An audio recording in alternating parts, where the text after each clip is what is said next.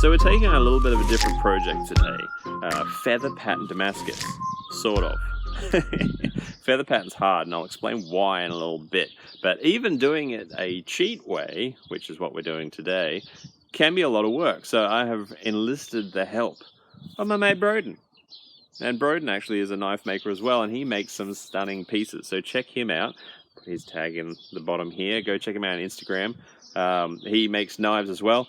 But I taught him how to forge weld, so if this all goes pear-shaped, it's going to be my fault entirely. So let me explain why feather pattern Damascus is normally so tricky to do by hand. So normally feather Damascus is quite tricky to do. The standard procedure, I mean there's lots of different ways to do it, but standard procedure is you make your stack, you squish it down to set it to a forge weld, make it sort of a square shape. You turn it 45 degrees and you knock that corner down and push up the underside corner, and then you flip it over to the other side and you do the same thing. You crush it down and then you lay it flat again and squish it all the way down to create those sort of C shapes. And then you draw that into a long bar, and then you cut that up and you stack it and you push it down, and you draw it out and you stack it and you push it down.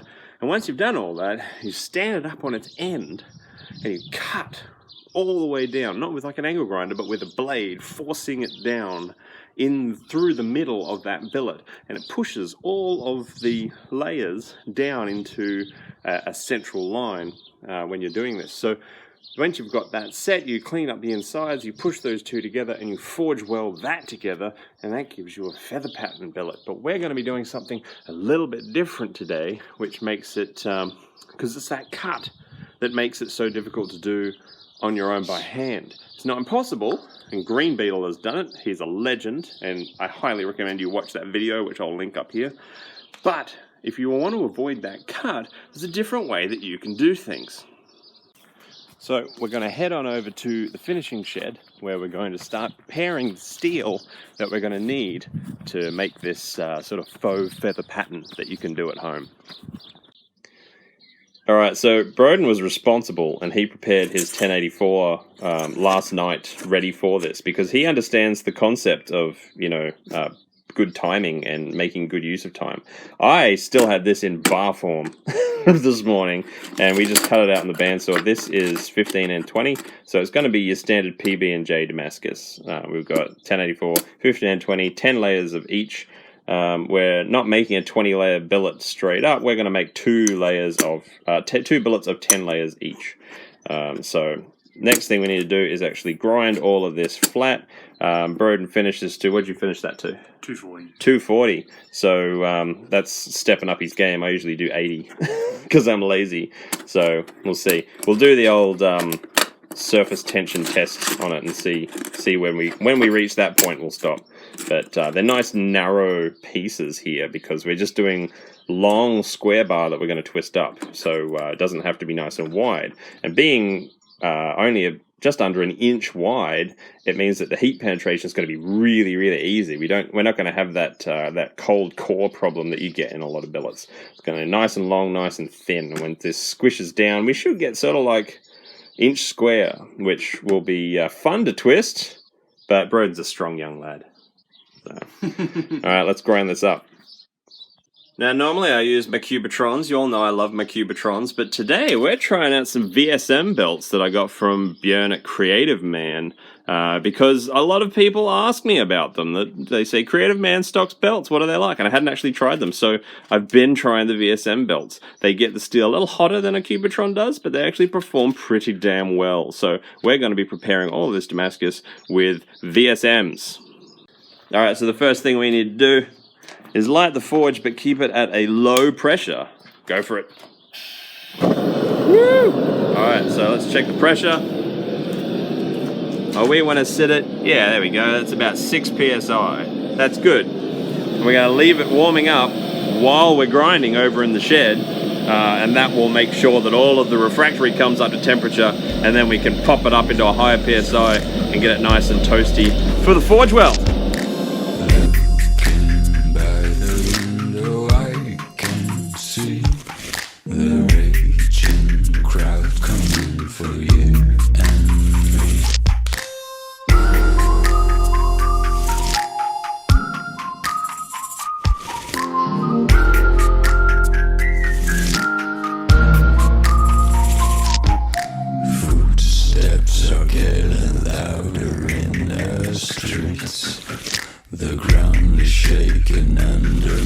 feet. I hope it's not too late to say how sorry I am. Oh, I can feel the rope around my neck. So prior to weld, we're going to degrease and then clean with acetone all of the pieces, make them nice and clean, ready to stack up. So we are making 2 of these stacks, one that we're going to twist one way, one that we're going to twist the other way. The only reason that we're doing that instead of just flipping them is because I've got a very shallow forge, so 2 short billets is easier to wrangle than 1 long billet that we cut in half. So we're going to stack 5 layers of 15 and 20, 5 layers of 1084. One of the trickiest parts of this process, and something that I always screw up, is keeping the 15 and 20 and the 1084 separate once you've stripped it. Yeah. So all around my workshop, I've actually got written on surfaces 1084, 15 and 20 next to each other. Not here yet. It's just a matter of time. And I always sort of, wherever I'm working the steel, I know to put them in those piles. Maybe I need one for here as well. Being careful not to touch the faces.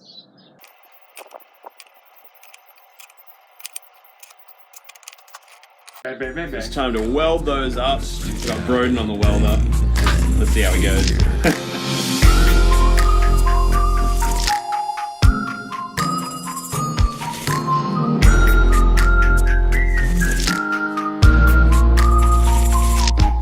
The gates are falling, there's nowhere to run. Oh, I can hear the blade behind the door. Okay, all welded up, ready to go. Let's go to the forge.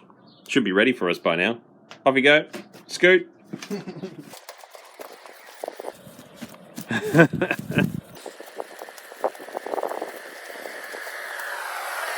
breath.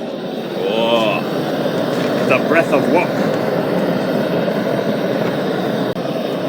And in the billet goes to slowly come up to temperature.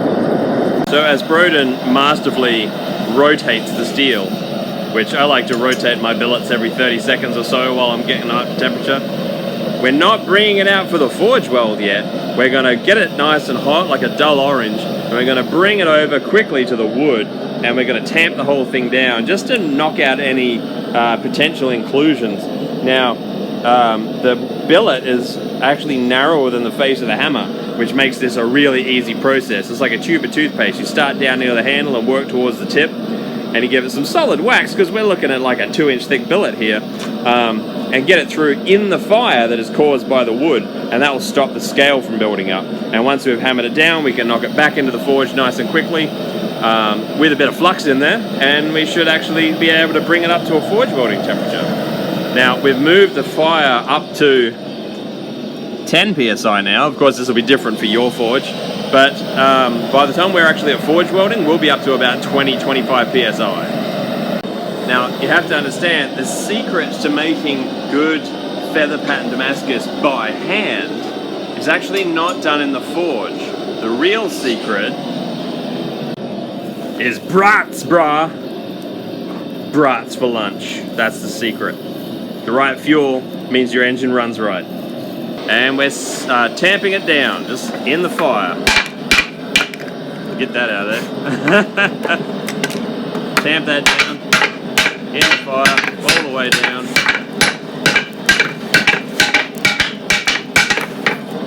That's it, flip it over.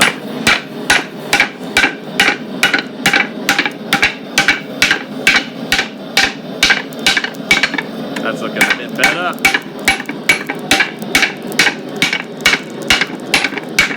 Alright, go for flux.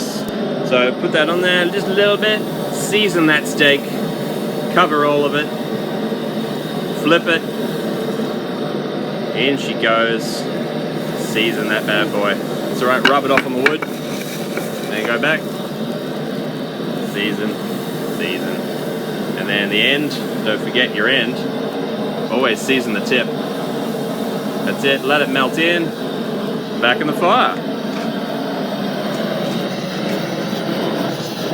Oh, she's getting up to a forge welding heat now, guys.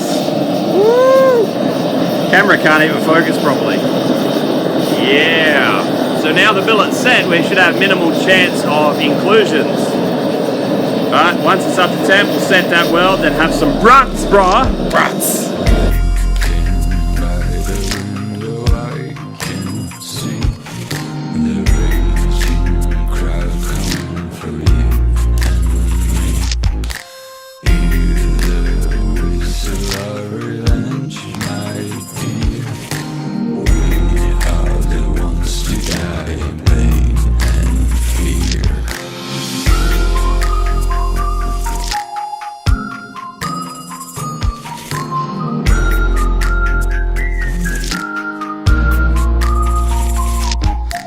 Front brake! Alright, so it's set pretty well. Just need to check it, strip the sides off, make sure that it is all homogeneous, and then we're going to cut it in half, put a handle on the other one, and we're going to draw out each one, and maybe stack, maybe just twist. We'll see how it goes. We're sort of playing this by ear. But yeah, we're going to end up with 2 billets that we're going to draw out into a long square pattern bars to twist up. By the window I can see the raging crowd coming for you and me. Hear the whistle of revenge, my dear. We are the ones to die in pain and fear. Okay, so now that that's ground up, we have cut it into 2. Broden has cut it into 2 very even pieces, you know, very much the same size. But now we're going to weld handles onto each of these, and we're going to draw them down into smaller square stock, and then round them up, and then twist them, and then square them back up again. And there it is, back to the fire with our welded billets. And we got a lot of drawing out to do. Lucky, I have a striker with me. Although I get the feeling I'm going to be the striker. Alright, so now we've got to get these up to temperature and draw them out. We want a bit narrower and skinnier than they are now, ready for the twist.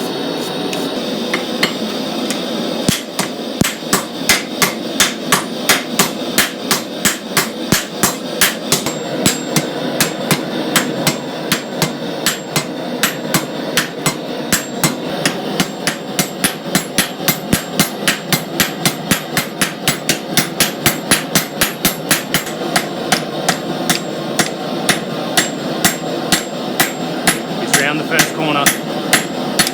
What's that? He's round the first corner like a racehorse.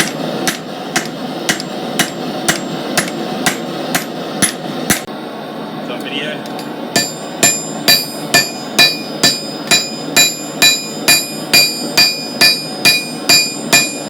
Okay, so we've drawn it out to a point that we're happy with the dimensions, and now we've squared off the ends, and we're going to give it a hell of a twisty time. I mean, heat, twist, reheat, retwist, reheat, retwist. We want to tighten this up super, super tight. And yeah, it's not that meaty a bar anymore. It's only about 1 inch square, so I'm still going to make Broden do the work.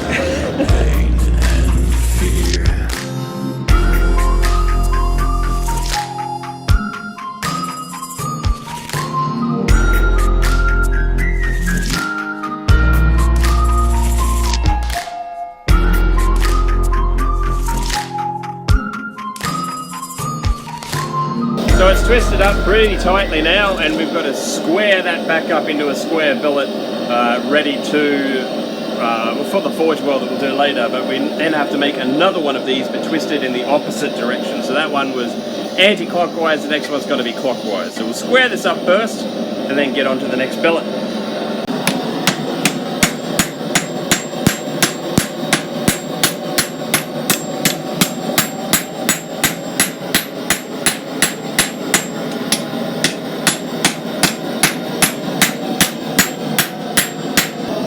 Right, so Broden is over in the finishing shed, and we've got the first twist billet set up. That one's twisted anti-clockwise. He is grinding off the twist schmutz that builds up, and flattening off one side completely, right up to like prepping to forge weld like you would with a piece of Damascus. I have the second billet in here, and I'm just going to start drawing it out so that we can go through the whole process again, except twisting it clockwise. Yep, that's Broden. Man, if you don't subscribe to him after this, then I don't know what's wrong with you. Yeah, damn it, son.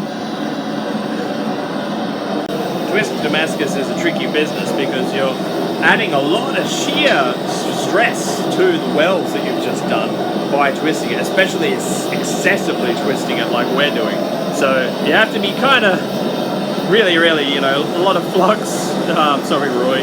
A lot of flux, a lot of careful hits, a lot of watching things and making sure nothing's opening up or spreading and separating. So it's all about mindfulness. But once we've got both of these billets prepped up, we'll be ready to actually do the final forge weld, which is going to add the quill down the center of the feather. Hopefully. We'll see how it turns out.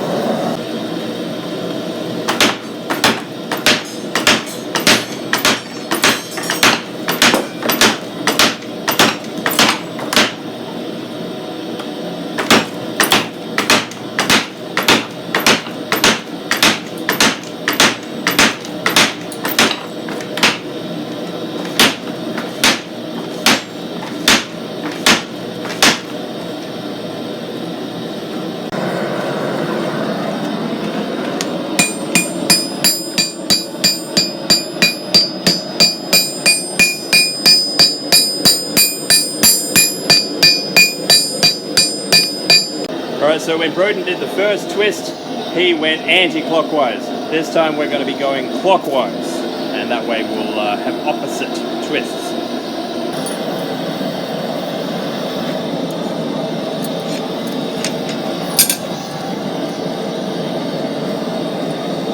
Correct.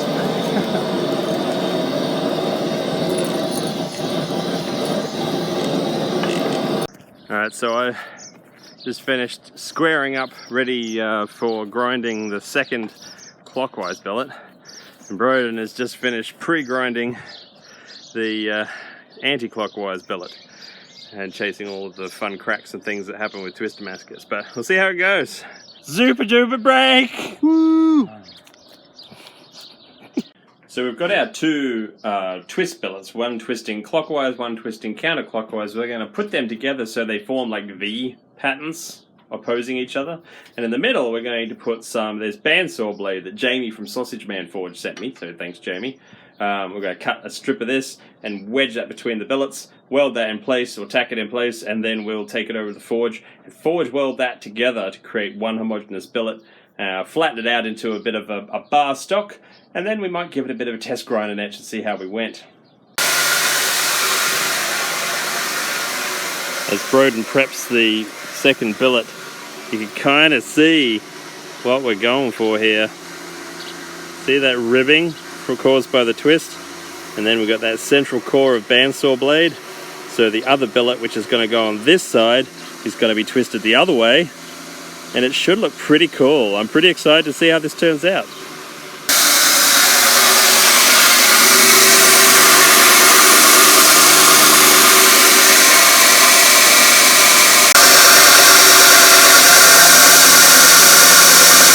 Alright, so they're welded, or about to be welded, and so we've got a twist going counterclockwise, a thin layer of bandsaw blade, and then a twist going clockwise, so they V out from each other. Now we're going to tack weld down there, tack one down there, flip it, do the same, weld the handle on, and then go over to the forge and weld it for realties.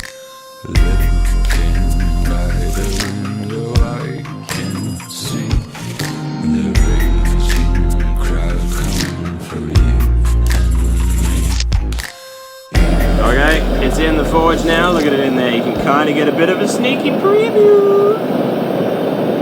So we're going to get it up to temperature, flux that bad boy, and then forge weld it down. Okay, so we're about to set it now. and it's been covered in flux, because at this point we really don't want to stuff up with having an inclusion in the middle of it. So you probably might be able to get to see a nice boom. We'll do some sweet, gratuitous slow-mo to show it.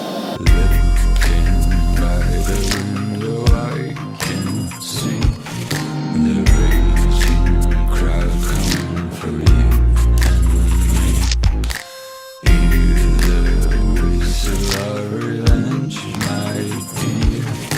We are the ones to die in pain and fear.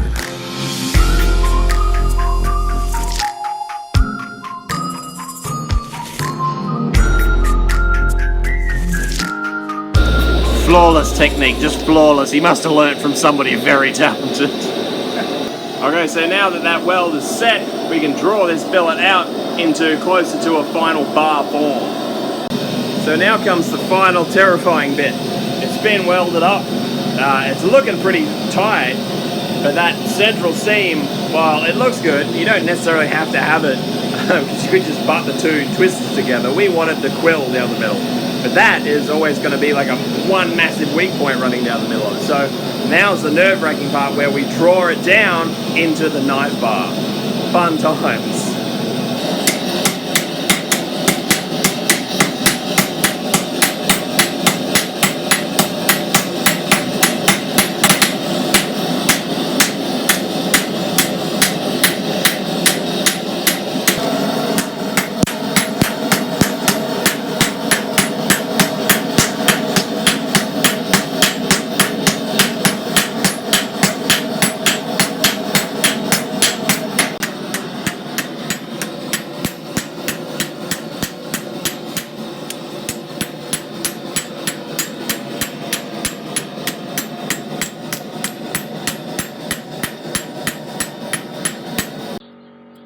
Bit of a sneak peek, you can kind of see the feather pattern coming through there. That's not a D-lam, by the way. That is the central core that we actually put in there was a little bit narrower than our 2 bars, so it's an overhang, which freaked us out. We thought it was. We chased it so hard, but it's not. But yeah, loving the look of that. You better keep working, boy. I'm working, puppy.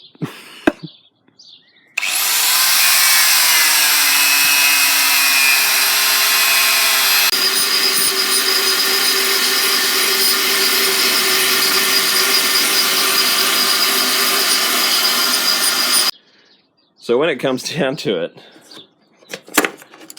a stack of steel this big makes that billet. So it's a pretty lossy situation.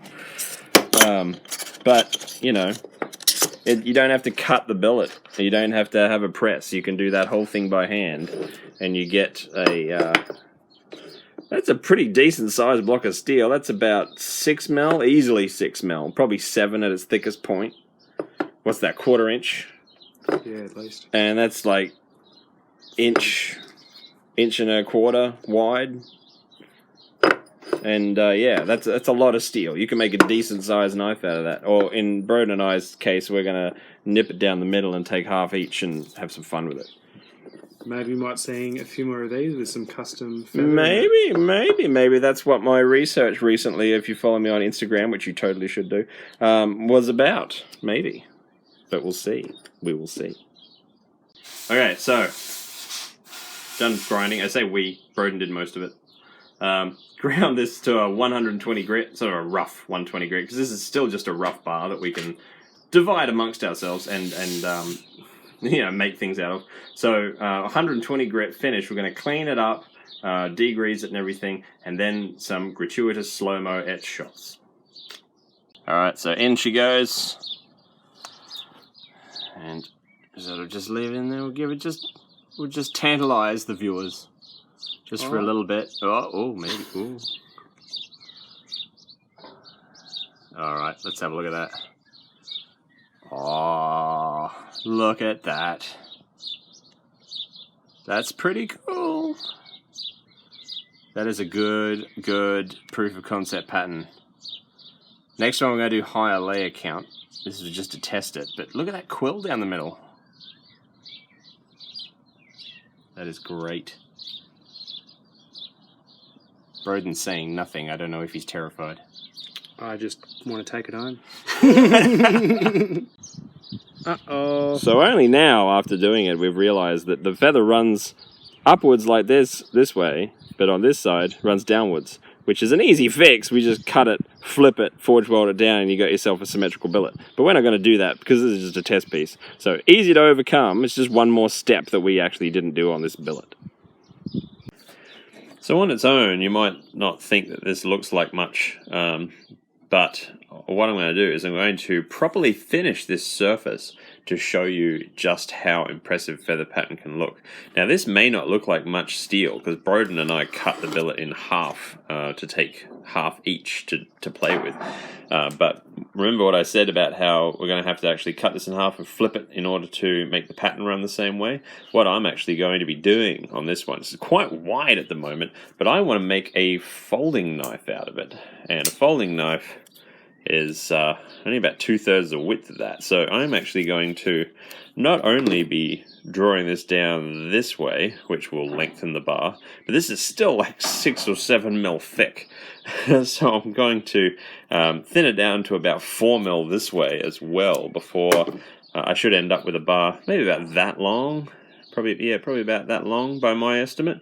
And then I'm going to cut that in half. And when I do the fold and reforge weld, I'm actually going to bulk it out a little bit with a little bit of 1084 in the middle, which means that it's going to create a sandmire effect, but give me extra material to work with, which will make a bigger piece, which I may actually change my mind if I get enough and make a hidden tang knife out of it. But what it's really going to do is have the feather pattern running down the spine of the blade and then have a cutting edge that will be black. And that's going to look super cool, as well as give me a little bit of extra meat on the piece. So I'll just do a little bit of work of some hand sanding on this, properly etch it, and do some polishing passes as well, just so you can see, since this is going to be going in the fire anyway, all that's going to be destroyed, but it'll give you an idea of, because I'm doing that another day, I've worked too hard today, I'll give you an idea of just how cool feather pattern can look. And this is low layer count feather pattern. Keep in mind, you can make this so much higher layer than 10 layers. So it looks cool now. You wait till you see what it looks like when it's polished. Looking by the window, I can see the raging crowd coming for you and me.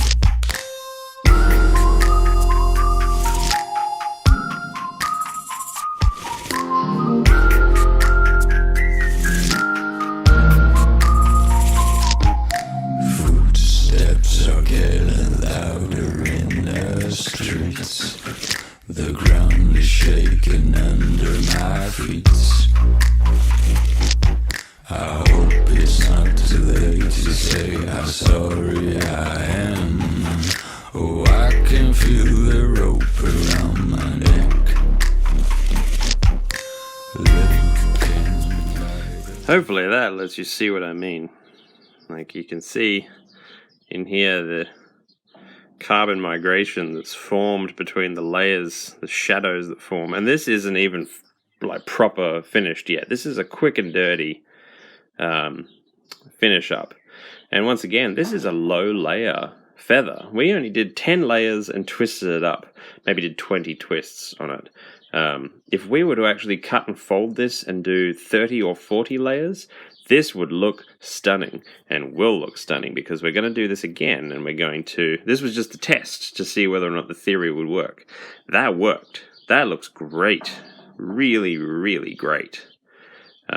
Is it a true feather pattern Damascus? Probably not. But is it a form of feather pattern Damascus? Absolutely. And the best part is you can do it without a press, and you could do it by hand. You don't need any special equipment. You just twisty this way, and you can either just forge weld them together, or you can put a quill down the middle like we did.